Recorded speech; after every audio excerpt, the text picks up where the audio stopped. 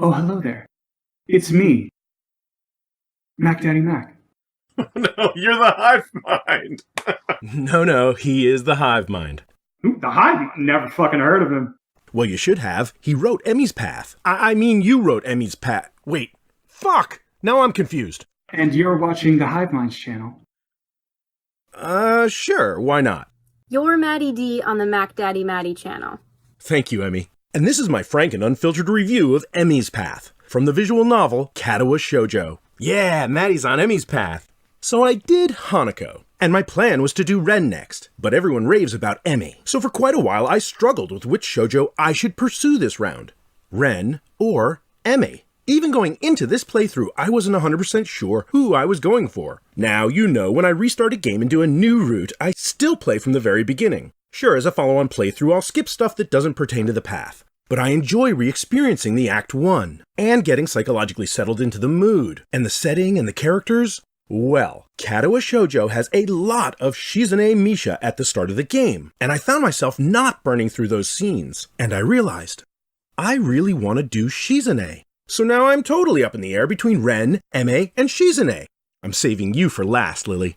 And you know what? That was great, because it meant that Katawa Shoujo had again sucked me into this world before I even got out of Act 1 or dedicated to a path. At the very last moment, I went for Emmy, for two reasons. I had to find out what the hell a reference to lemons was all about, and those damn soul-melting puppy dog eyes, which seriously bore into my psyche.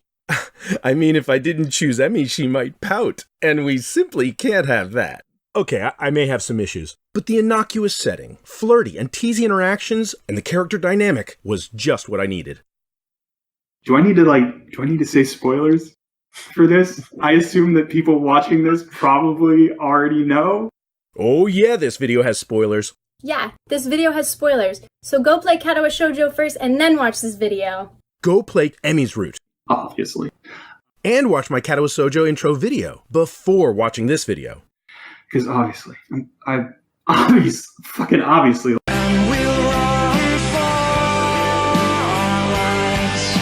I guess I was expecting a spunky, sincere, giggly, carefree, cute girl who would charm my socks off, but that's just her candy outer coating. Holy crap. Alright, so I walked in Hisao's shoes about 5 total playthroughs on the Hanako path, and chasing that little purple, pink, and red bunny all over the campus, the town, the city, it really left me woefully ill-prepared for the energy and antagonistically cheerful whirlwind that is Emmy. Emmy is adorable in her faux innocence, dauntless drive, and explicit feistiness that I can't figure out how to raise arguments against. I was off guard, and very much outmatched by this little vixen. Meeting her is quite the blunt introduction. It happens when we run into Emmy in the school hallway. Well, actually, she runs into us. Well, she runs us over, to be frank. Which is truly a terrific metaphor at how I felt through much of the route, as dealing with Emmy often felt like being hit by a truck. A truck that giggles and smiles and pouts if you try to get out of the road. Which, of course, no one does. I thought Shizune had a Machiavellian schemey streak in her, but boy oh boy. The level of manipulation, charm, and overwhelming energy of Hurricane Emmy. Wrong ocean, Maddie. Typhoon Emmy? Whatever. Whoosh. I was blown away. She is the devil, and the nurse is her evil minion. But seriously, she's the devil. Praise be to Satan, your new Dread Master. Now we can all be friends on Facebook. Yay! Hail Satan! The way she adroitly and on the fly goads, guilts, and charms to get us to do things, when she could probably just ask and we'd say yes, makes the character so rich and nuanced. Yeah, you're cute, no doubt. And you wield that cute as a weapon, don't you? Turn it on and off at a whim. Works. I'm totally melting. On the track, Emmy is no-nonsense and determined. Not just about pushing herself, but also about pushing us. Off the track, Emmy is more lighthearted and silly. And also determined. Tenacious and dogmatic as a shield to hide... sorry, Misha. Stalwart. Plucky. Lion-hearted. I really need to get you a thesaurus. So during the Waylay scene, I've always felt that the nurse comes on way too strong when he pulls us aside and tells us how serious it is that we exercise, and then sends us to the track to meet with his spy. No, Emmy, you would be the perfect spy. No one would ever see it coming. But Emmy's level of enthusiasm and influence on us from the start actually matches the nurse's passion and insistence in Waylay. So humor me for a minute. Did Emmy run into Hisao in the hall, and as well as seeing his unease at being new to Yamaku, afterwards think, hey, that guy's kinda cute, and then meet with the nurse like she regularly does, ask about the new guy, and then the two of them conspire to get us to work out, and Emmy gets to spend time helping the cute new guy. I mean, I don't think she'd blatantly tell the nurse her interest, but he reads her well enough that he'd pick up on any tacit inference. Hence, the nurse hunting us down and insistence that we go to the track. It is significant that Emmy only started the morning run since she roped us into doing them with her. And then there's lunch and wanting us at the track meet to watch her. And then suddenly everyone at Yamaku seems to know about us, as a couple, before we even know we're a couple.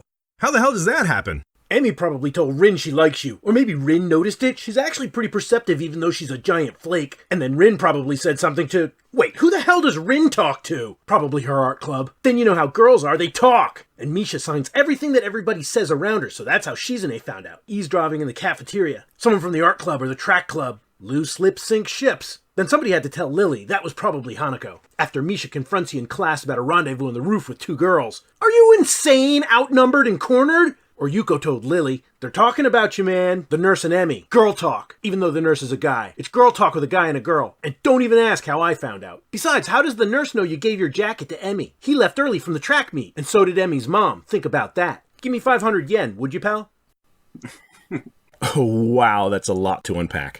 And, you may have a point buried in that diatribe, though, especially as most of this goes on before we're even in a relationship with Emmy. Many of the things the nurse says hint towards this as well. I mean, he's terrible at keeping secrets. We find out from him that Emmy lost her legs in the car accident. The nurse is banging Emmy's mom.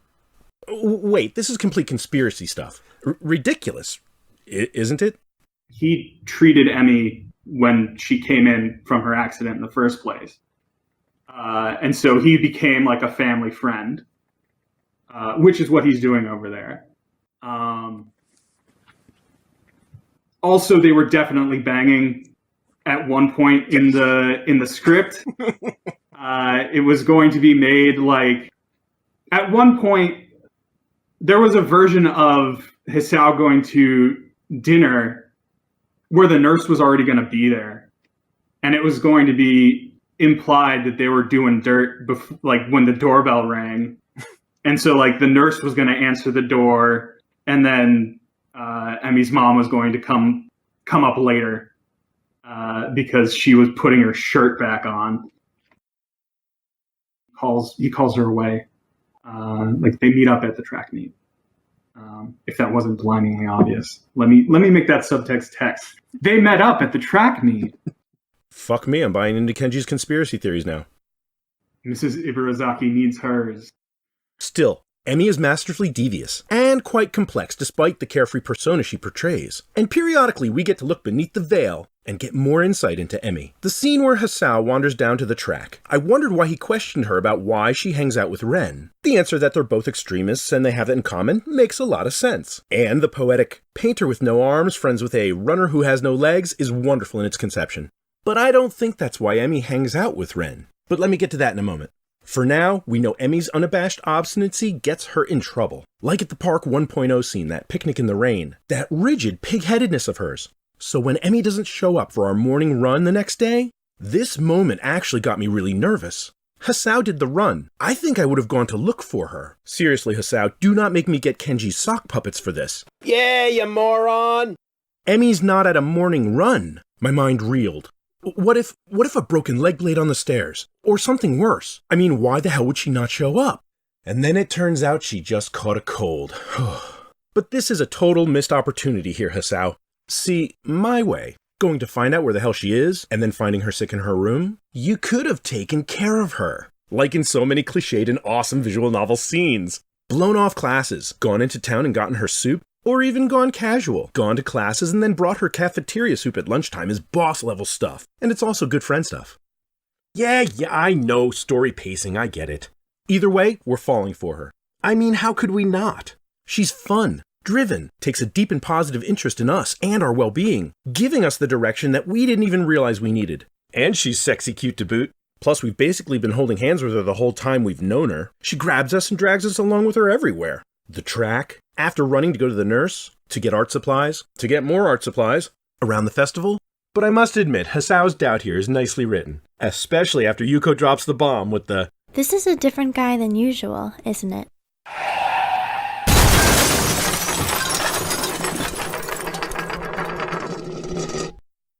comment at the Shanghai. The Shanghai? Are you insane? Don't go to the Shanghai, that's their stronghold. Jesus Christ, dude. Where's my puppets? Real smooth, Yuuko. Actually, that was another great moment. Quite sphincter tightening with the whole, we're not sure if we should ask her out, doubts, punctuated with the, what's the deal with the track captain? And having no idea how she feels about us. So Hisao bounces around like a pachinko ball in the whole situation. But fortunately, Emmy comes to the rescue, on the school roof, when she tells us we had better kiss her. Yes, ma'am. What an awesome thing to be told. Just wonderful. The Picnic 2.0 is great. Emmy is the ball of wonderful that we find so attractive and alluring. It's fun, it's funny, and there's a spunky short girl who likes kissing. What's not to like? But on the way back, we realize that Emmy's limping. Emmy's limping. And here the game ground to a halt for me. Because I'm totally stuck on this frickin' choice. Visual novel choices often seem innocuous and mild, but are often radical course corrections to the story. Except when they aren't. I learned this the hard way. So knowing this, and also knowing that I haven't totally broken the code on the best way to manage Emmy yet, I'm stymied at what this choice will do to us. My spidey sense tells me that this one could make us or break us, endear us, and solidify the connection, or blow up the fledgling relationship and sever the bond. One extreme to pressing this issue may cause it to get between us and her obsession, her running. On the other hand, Emmy is someone we become friends with, probably our only real friend at school, other than maybe Ren. Everyone else is really an acquaintance at best. That is enough to press the issue. As a friend, we owe it to Emmy to not let her get away with bullshit. But moreover, we really like her. And what the hell kind of boyfriend would we be to ignore our girlfriend's pain? We may be powerless to get her to change course, but if we can get her to dial it back, just a little, isn't that worth it? It's your own fault, Emmy. This was your idea. See, in real life, letting it rest would be okay, because we could reevaluate at any time. Watch her, and then press the issue at any time. It could be letting it rest for now. But this isn't real life. This is a visual novel. And there's a great chance that this choice will have serious immediate or much later influence on events. As a visual novel, this may be the only chance we get. Oh, this choice! And Emmy's there on the screen, looking at me with those big green eyes, and that sideways smirk. How the fuck am I supposed to make this decision? Shit. Shit, shit, shit, shit, shit, shit, shit. This is why I drink and make these weeby videos. 'Cause it's way cheaper than therapy. Matty, Yeah. you'll be fine. Man up. Big boy pants. Press the button. Press it. Press the button. Oh, and by the way, I found out later the choice is meaningless. It has absolutely no effect on the story. Ah! Damn you, visual novels. I spent a whole day agonizing over this. But you know what? That is testament to how I know it's a great story. If I didn't care about it, the decision would have been easy, right? Obviously. Which, respect to the man for that. Emmy and Hisao are incredibly similar in the way they are ruled by their pride to the magnitude of hubris. The whole story is a simply presented and wonderfully written examination of the contrasts and parallels between these two young adults. And there are many more parallels than contrasts. So let's break it down. Not wanting to be a bother to others. Not wanting anyone to know the fear and the pain. Not wanting to face the past. Both Hisao and Emmy hide their pain. Neither wants others to know or be burdened by what they're feeling. Emmy's vanity killed at least one previous relationship, keeping that person at arm's length, because she doesn't consider or care about the consequences. And her blithe, rigid persistence ends her up in a wheelchair again. Emmy in a wheelchair. The saddest sight. Ow. Ow, my brain. It was difficult to follow the story seeing her like that. The wrenching emotion to the visual actually made me stop playing for a bit. And then... Okay, the lemons. It is your own fault, Emmy. This was your idea. I'm not going to say much about this scene. I'm just going to post the picture of the Love Shack and snicker about how the CG made me giggle while I was squirming through this wonderfully uncomfortable lewd scene. I've told the story of how that scene came together before, but I can tell it again. That's all Silent Cook, baby. I did not say anything about the flavor or the scent of the lube. Yeah, it's just something he stuck in, and we were like, all right, fine. This scene is already ridiculous. Surely nobody will latch onto this thing. And then it became the thing. You never know what's going to become the thing that everybody quotes. And now it's just lemons. And which even this conversation is ridiculous. Like, saying this stuff out loud feels ridiculous. And I have said this out loud before, but it never stops feeling ridiculous. So... Your expression right now, what you're feeling right now is what you made everyone feel going through that scene. And it's wonderful. That was the goal. So here's the thing. We had a conversation where we were like, okay, we should have... Somebody should... there should be an anal scene. Imagine, if you will, like, just the resigned sigh. Someone's got to do anal. Someone's got to. And you're like, well, who does it make sense for? And I was like, I don't know, anybody but Emmy. And everybody else was like, nah, dude. I think if you're, like, she tries it, like, that's part of her character, is that she's like, she throws herself into these situations and she, doesn't think too far ahead. The hardest part of that whole fucking project was trying to write porn, I guess. Like, I just couldn't, I never did it. Like, you need to lengthen this. And I was like, fuck you. I'm so mad. All right, I guess I'll just write some more descriptions about how this feels. I don't want to do this. By the end of it, it's just like, they're both like, well, yep. As a note, the Lewd in Emmy's Path was perfect for me, and totally matched the tone of the story. Softcore, leaving most of it to the imagination. Real and natural, drawing the reader into an authentic and plausible scenario. And playful.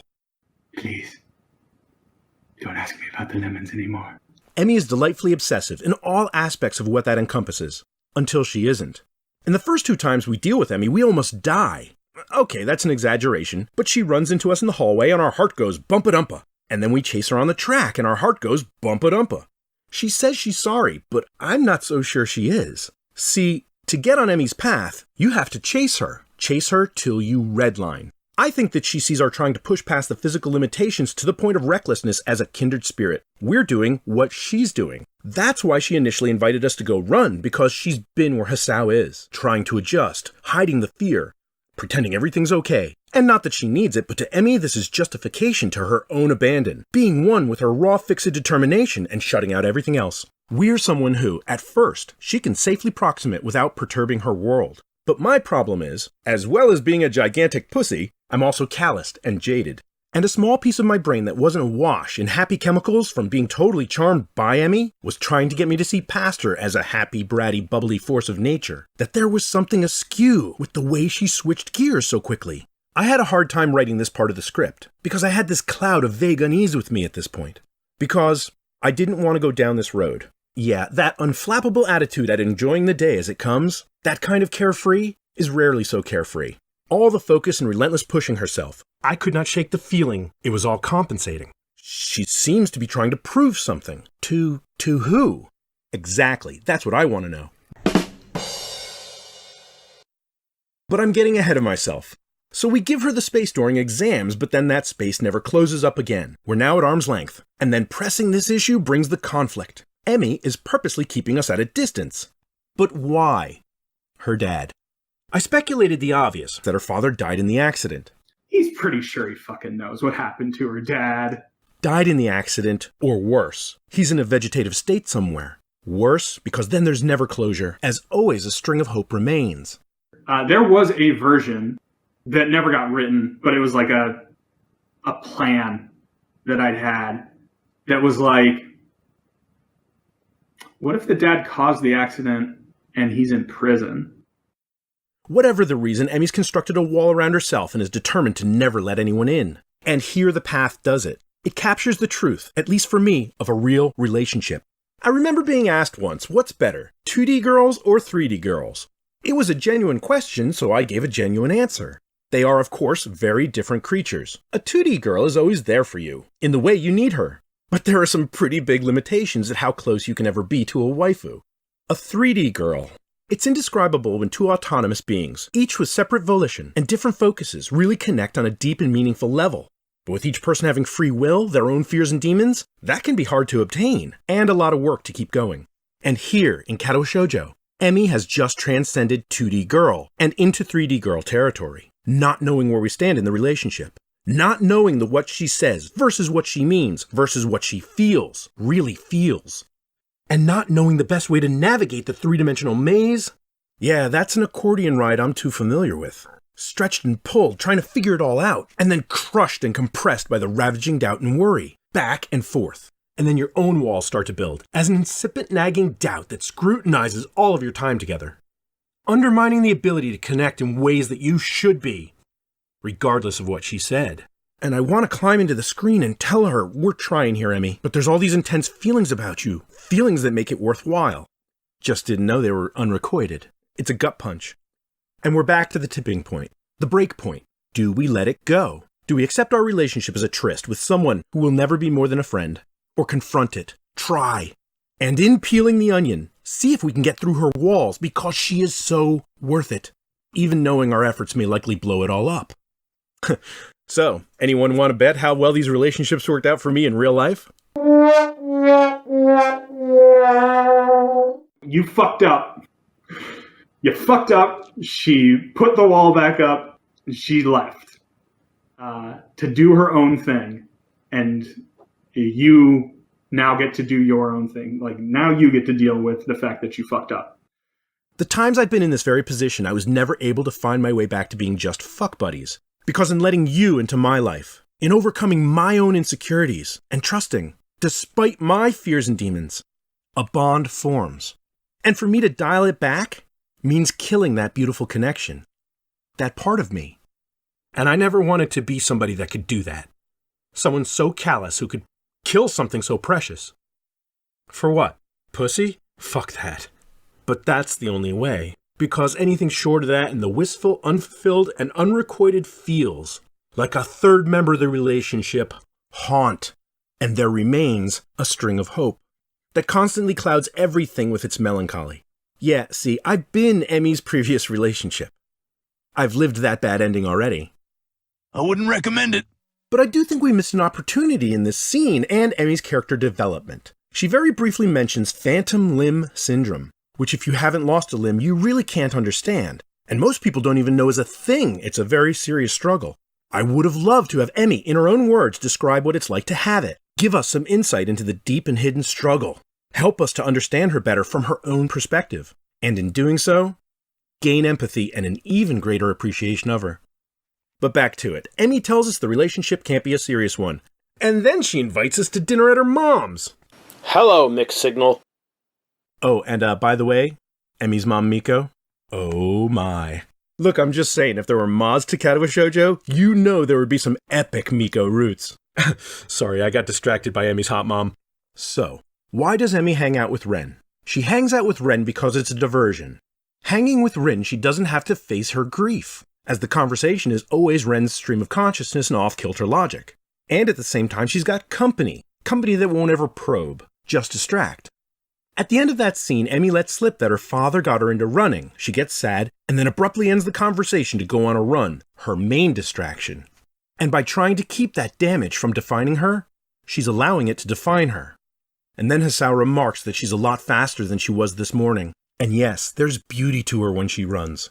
Passion personified as Emmy pushes the track beneath her legs, propelling her past it, forcing it away and behind her. Moving forward feels good after all. Striding powerfully against the barriers of gravity and flesh and doubt. The feeling that Emmy gets from running, focusing on the running, being in the moment, being lost and willing and pushing herself, gets her away from the crushing feelings of the past tragedies from the accident. The thing about hiding from the truth, about running from your emotions, is you never really get away from them. The pain remains, just temporarily assuaged, as the truth may not be faster than you are, but it definitely has better stamina, and will always eventually catch up with you. But she's locked in this cycle of running to suppress the emotional pain. Her running is running away, and the track is a great metaphor for what Emmy is doing, because as hard and as fast as she runs, as determined and dedicated as she throws herself forward, she's only going around in circles in the end. She's not dealing with what happened to her father in a super healthy way, because she doesn't she's like not really thinking ahead. Because she's like, fuck it, we could all die tomorrow. And like she was eventually going to work through this, because that's how grief works, in my experience, is like you can have this thing happen and it rips your whole fucking universe apart. But then like you get over it. A lot of Emmy's hang-ups with death were autobiographical. Because when I was 16, I went to a wedding. When I came back from the wedding, my best friend was dead. He had a undiagnosed heart condition, arrhythmia, as it happens. Part of writing Emmy's whole hang-up with her dad, like being so suddenly ripped away from her, just being like, well, fuck getting close to people because they just die. You'll get over it eventually.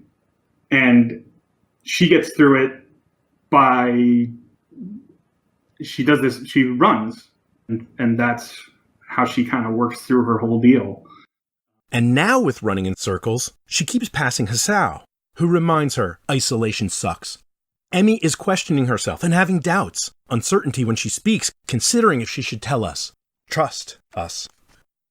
Yes, having Hisao around, she comes to grips with that a little faster. She opens up to him, like he is the person that she opens up to. But the implication was like, if she didn't open up to him, she was eventually going to open up to somebody. Emmy wants this relationship and she gets it. But then she starts to be honest with what a real relationship is and what it means. And it triggers the pain of the last person she was close to, her dad, who got taken away. And she does not want to repeat that. But it's too late, because they're already rubbing off on each other. Seriously? Really?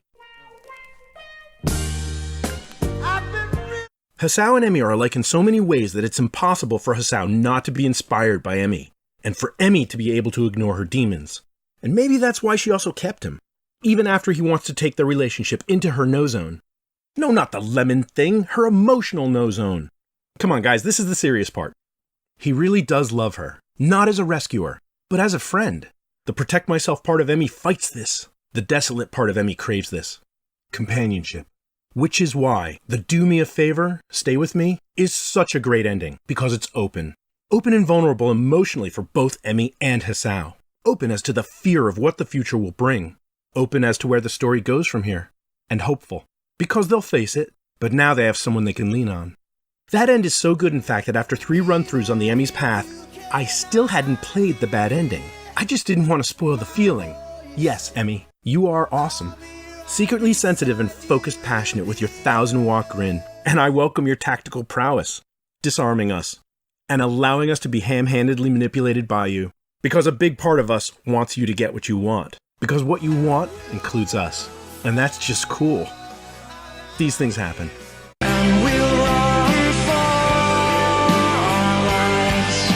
I have a 2-hour-long video where I get to pick the Hive Mind's brain. That should be out in a week or so. And he mentioned coming around the Discord for a Q&A once it's released. So look for that. Let's make Rin the daughter of a crime boss. Sure. He goes and confronts her dad, and then the dad's like, this was a test you passed, and now you're gonna run the crime syndicate in this fucking city with my daughter. And I was like, I wrote that. It exists somewhere. Make sure you check out his Tumblr for his other projects. I'll be right beside you, dear. Like if you like it and subscribe for more. Bye, Emmy. She's next. Oh, she's next? Yeah. Have fun. A lot of people hate that path. Those people are idiots.